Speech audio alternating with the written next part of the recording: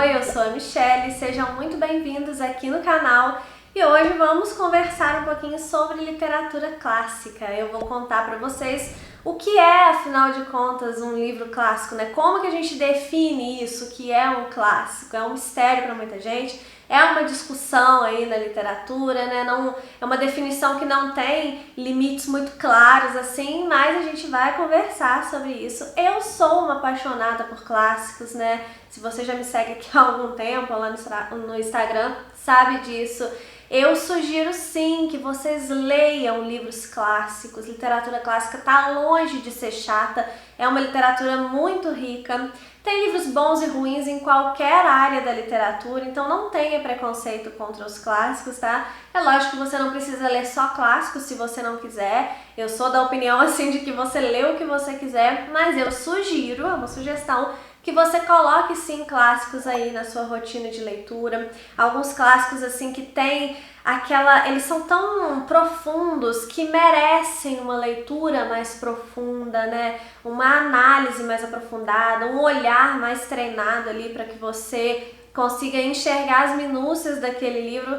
Pensando nisso, eu já quero convidar vocês para o evento Saia do Raso, que eu vou fazer no dia 13 de janeiro. Então já se inscreve aqui no link que eu deixei na descrição do vídeo. Se inscrevendo para o evento, você vai ganhar um e-book que já vai introduzir o assunto que a gente vai tratar lá no evento, para você chegar lá no evento já com uma base. E o que eu vou ensinar para vocês nesse evento é de fato sair do raso, né? É se aprofundar na sua relação com a literatura, e você vai perceber que se aprofundando, você vai se apaixonar ainda mais pela literatura. Eu sou completamente apaixonada e fico mais apaixonada pela literatura quanto mais eu me aprofundo nela. Então, vem comigo nesse evento aí, vamos sair do raso juntos, tá, gente?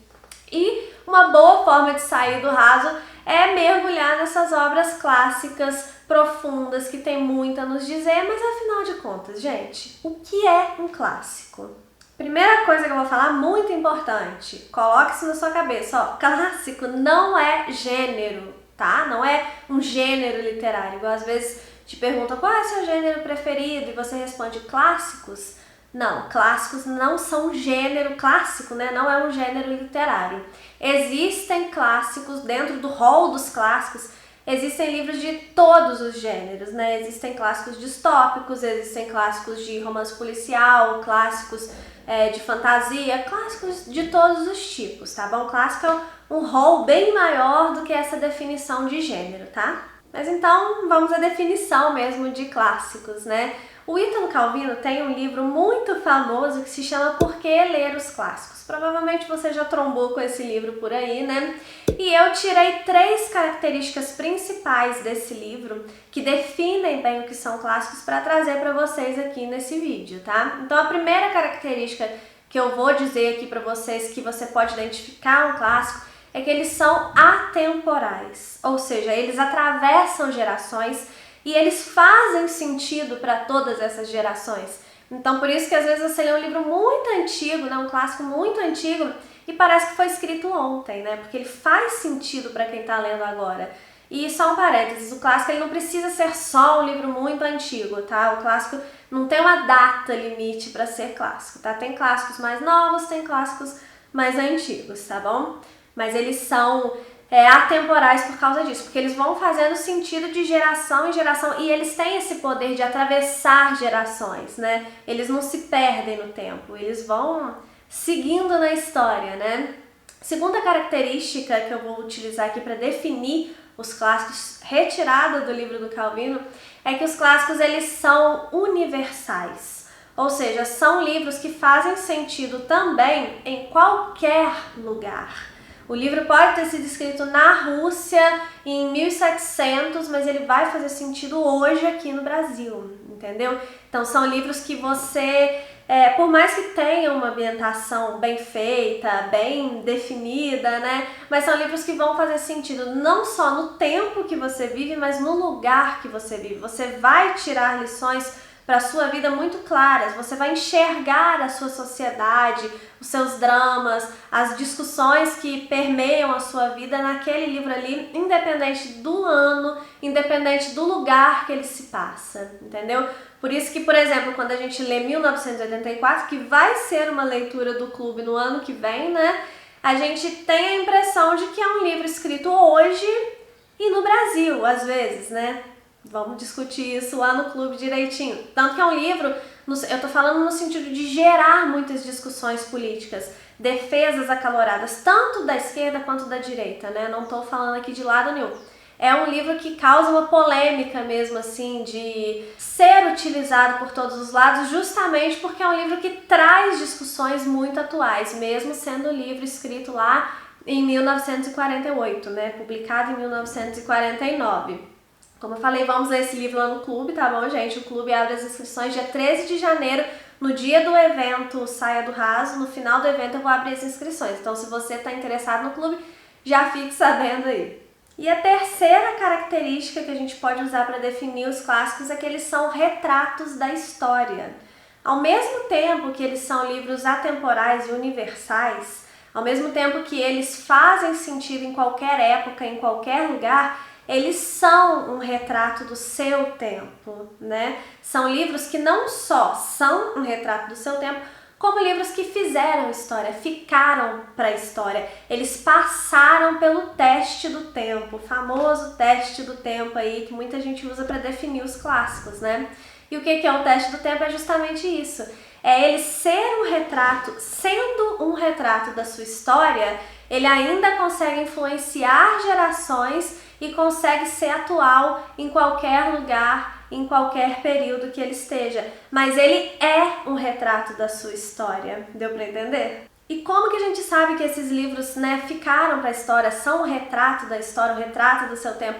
Porque são livros que normalmente influenciaram de forma importante, seja dentro da própria literatura. Então, por exemplo, Dom Quixote é um livro que mudou algumas coisas dentro da literatura. A partir de Dom Quixote, os autores começaram a escrever com uma outra intenção, começaram a escrever trazendo algumas características que foram trazidas pelos Cervantes em Dom Quixote. Então ele influenciou dentro da literatura do seu tempo, né? Ou são livros que vão virar, na verdade, referência para outras obras posteriores, né? Então a gente diz que o Tolkien é o pai da literatura fantástica moderna, né? Porque depois de Tolkien, a literatura fantástica começou a ser feita também de uma outra forma, né? Ele inspirou uma corrente literária, ele inspirou uma forma de se fazer literatura fantástica. E vieram muitas outras obras depois inspiradas no Tolkien. Ou o livro também pode representar algum grande movimento, né? A gente tem grandes clássicos franceses, por exemplo, que representam grandes movimentos literários mesmo, ou grandes movimentos sociais, livros que ficaram muito importantes por moldar uma sociedade, por servir de exemplo para uma sociedade, ou por servir até mesmo de instrumento político. Às vezes, infelizmente, eu não gosto dessa utilização do livro como um instrumento político, mas acontece, e aí o livro acaba ficando para a história por causa disso, né? Então, são várias formas que um livro tem de demonstrar que ele é um retrato da sua história, né? Deixa sua marca pela história. É por causa dessas características que o próprio Ítalo Calvino, nesse livro que eu citei, né, no Por que Ler os Clássicos, ele diz a famosa frase que um clássico é um livro que nunca terminou de dizer aquilo que tinha para ser dito, né, ou algo assim. Tô parafraseando, tá? Porque o clássico ele é justamente isso, ele é um livro que não se esgota, porque ele é um livro atemporal, ele é um livro universal e ao mesmo tempo ele é um retrato da sua história. Ele é um livro que ele serve para ser uma volta ao passado, ao mesmo tempo que ele é um olhar para o futuro, ao mesmo tempo que ele representa o presente, sabe? Ele é um livro realmente que ele nunca se esgota. Toda vez que você relê um livro clássico, né, ele tem mais coisas a te oferecer. Toda vez que você estuda um livro clássico, e isso é o que a gente faz lá no clube, assim, um mundo de possibilidades se abre. A gente aprende história, a gente aprende todas as questões relacionadas à literatura, construção de texto, movimentos literários. A gente aprende sobre o autor, sobre a época que o autor viveu, né? O contexto ali, as dificuldades, curiosidades da época. Enfim, gente, um livro clássico, quando a gente resolve de fato mergulhar no livro clássico, é riquíssimo e ele de fato nunca se esgota. Eu sei que tem muito leitor snob por aí que acha que é mais importante porque lê clássicos, que acha que é mais inteligente porque lê clássicos, que só os clássicos importam, né? Mas, por favor, não tome ranço da literatura clássica por causa dessas pessoas. Tome ranço só dessas pessoas, entendeu? Porque a literatura clássica não tem nada a ver com isso. As pessoas que são, às vezes, muitas vezes, snobs, né? E também muitas vezes não, gente, porque é a menor parcela dos leitores de clássico que é esse tipo de gente snob, gente besta. Tem gente também que gosta de ler só a EA, que é besta. Tem gente que gosta de ler só contemporâneo, que é besta. Enfim, isso daí não tem muito esse limite não, né? Então não tome ranço dos clássicos por causa das pessoas que às vezes são meio nariz em pé com isso, entendeu? E o outro lado também é válido, não tenha preconceito com relação aos clássicos, não julgue um leitor de clássicos como snob logo num primeiro momento sem nem ouvir o que ele tem a te dizer, entendeu?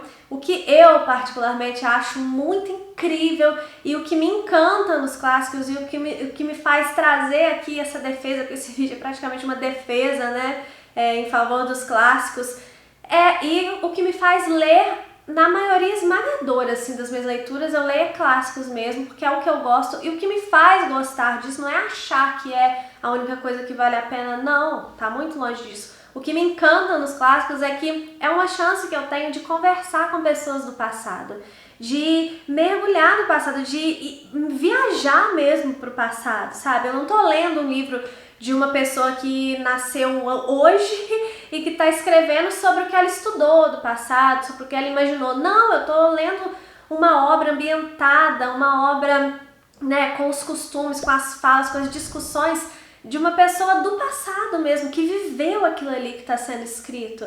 E é isso que me encanta tanto nos clássicos, e é isso que eu acho que pode te encantar também. Então não sei se você já é ou não leitor de clássicos. Se não for, por favor, dê uma chance aos clássicos, porque eles são maravilhosos. Eles são esses livros, assim, completos. É lógico que vai depender muito do seu gosto, né? Vai ter clássico que você vai achar chato, vai ter clássico que você vai achar legal, igual qualquer outro tipo de livro. Mas tem clássicos que têm uma linguagem muito simples.